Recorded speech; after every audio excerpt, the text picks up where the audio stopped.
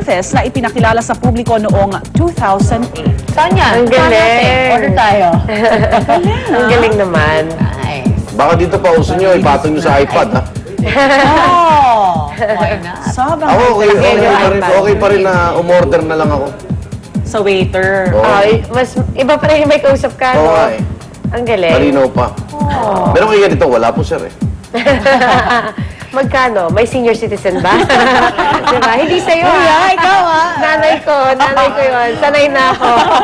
Kala ko ikaw. Pati nanay ko rin. Diba? Okay yun, Pwede ha? pang brasuhin. High-tech na, no? Ang galing. Baka dumating ang panahon eh, order mo, nasa lamesa na rin, no? Oo. Biglang lalabas. Buti hindi nasisira yung screen. Kasi di ba? Basa. Basa yun eh. Ano, hard pala. plastic na ano yun. Oo, no? Pang-protect. High-tech. Okay, lipat tayo Eto sa naman po. Georgia. Sa bansang Georgia po, 630 baby ang sabay-sabay bininyagan at ang ninong, iisa lang po. At bigatin po ang kanilang godfather, ang patriarch o pinakamataas na pari ng Georgia, kung saan Orthodox Church po ang pangunahing relihiyon. 2007 para nagsimula ang pagnininong ng patriarch para makatulong sa pagpaparami ng kakaunting populasyon ng Georgia. Ang kondisyon ng nire-respetong religious leader, magnininong siya sa mga anak ng mga mag-asawang may higit sa 2 anak. Mula noon ay tumaas na ng mahigit sa 20% ang birth rate sa bansa. Bago ang gimmick na ito ng patriarch, ang Georgia, ang cute, ang Georgia ang isa sa may pinakamababang birth rate sa buong mundo. Ano kaya regalo niya every Christmas? Tingnan mo ano nanay, oh.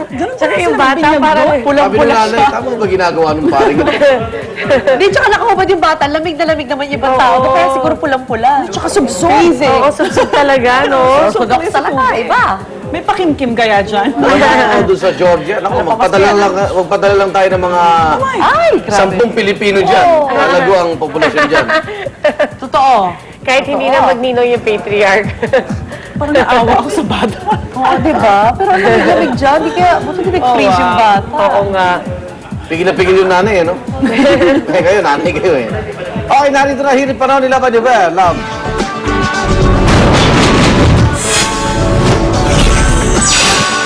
Good morning, Igan, and good morning din po sa ating mga kapuso. Narito na po ang ating hirit panahon. Mula pa rin po sa Pag-asa. Patuloy pa rin po ang hanging amihan sa Northern Luzon, mga kapuso. Ito pong hangin na dumaraan sa mga lupain sa hilagang kanluran po ng Pilipinas na kadalasan po ay cool and dry. Ang Central and Southern Luzon naman, tuloy-tuloy pa rin po ang wind convergence. Wala na po yung ating cold front. Wind convergence naman po ang pumalit. Ito po yung mga hangin na nagtatagpo sa isang lugar na kumikilos pa ikot, nagdudulot po yan ng ulap at ulan. Kaya naman po ang Luzon, Visayas at Eastern Mindanao magkakaroon po ng maulap na kalangitan na may kalat-kalat na pag-ulan, pagkidlat at pagkulog. At tuloy-tuloy pa rin ho ang mga pag-uulan ng malakas sa ilan ho nating mga lugar dito sa Pilipinas. Ingat-ingat po sa ating mga kapuso, lalo yung mga malalapit po dun sa mga pagkuho at mga flash floods. Ang ating pong sunrise, mga kapuso, ay 6:25 ng umaga at ang ating pong sunset ay 5:49 po ng hapon. Narito naman po ang mga temperature and weather condition sa iba pang bahagi ng Pilipinas. Tandaan niyo po, mga kapuso, sa kahit ano pa mang hamon ng panahon, manatiling alerto at mahinahon.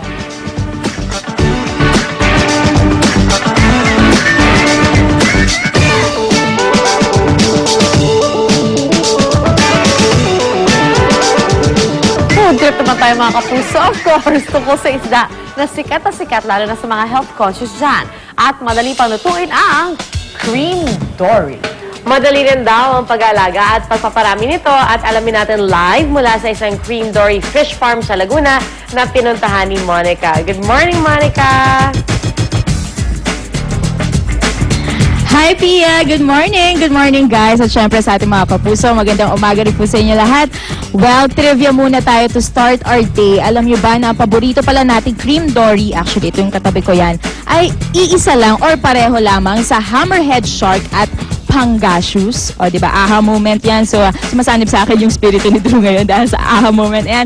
At kung dati nga ito ay ini-import natin mula sa Vietnam, today, isa na ito sa mga negosyong talaga na mga pinopromote ng ating bansa. Dahil isa nga daw ito sa mga patok na negosyo na pwedeng gawin ng ating mga kababayan. Kaya naman, live na live tayo ngayong umaga dito sa isang Pangasius Farm sa Victoria, Laguna. At mamaya ipapakita namin sa inyo kung paano nga ba inaalagaan itong isdang ito. Ano nga ba yung mga puhunan na kailangan para sa mga kapuso natin na interesadong gawin ito. At syempre, ano yung mga kailangan, kumbaga yung mga necessities para magsimula sa negosyong ito. At bilang pagkain at very fresh ang mga Pangasius dito sa farm, tuturuan din namin kayo ng mga best way to cook itong napakasarap nga. At actually sinabi nila ito daw yung parang bagong tilapia na nga daw dito sa ating bansa. Kaya naman, it's gonna be a very exciting and very informative morning mula dito sa Victoria, Laguna. Tutok lang kayo mga kapuso dito sa numero 1 tagapaghatid ng saya tuwing umaga, unang hirit. Back to you guys.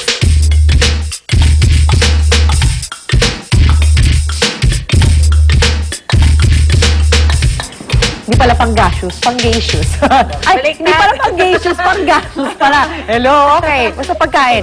At Pangasius, sa Panggastos, pwede rin. At eto pa mga kapuso, mamaya na ang pinakahihintay nating American Idol Season 10. Bukas naman ang part 2 ng premiere ng AI Season 10. Kaya tutukan na ang nakaka-excite, nakakatuwa, at nakakaaliw na audition leg ng AI kung saan ang libo-libong idol hopefuls gigisahin ni Randy Jackson, Jennifer Lopez at Steven Tyler. Makikilala na rin natin sa wakas kung sino itong Filipino-American na nakapasok sa top 40. Malayo kaya ang mararating na ating kababayan tulad ng iba pang mga PhilAm na mayagpag sa AI like Jasmine Trias and Ramiel Malubay.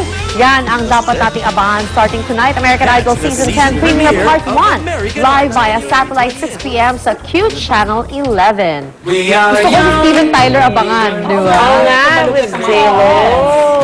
Okay, tutok lang kung saan patok lagi mag-gimmick at sorpresa. Ito lamang sa Unang Hirit!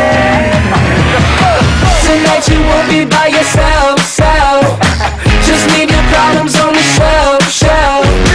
You Smart naman is you, smart antibacterial, kasi gamit you. May bango, may bangis, sisaset, paghugas ng pinggan. Nabaso, kutsara, tinipor, next ang pinggan and plastic containers. Kutsilyo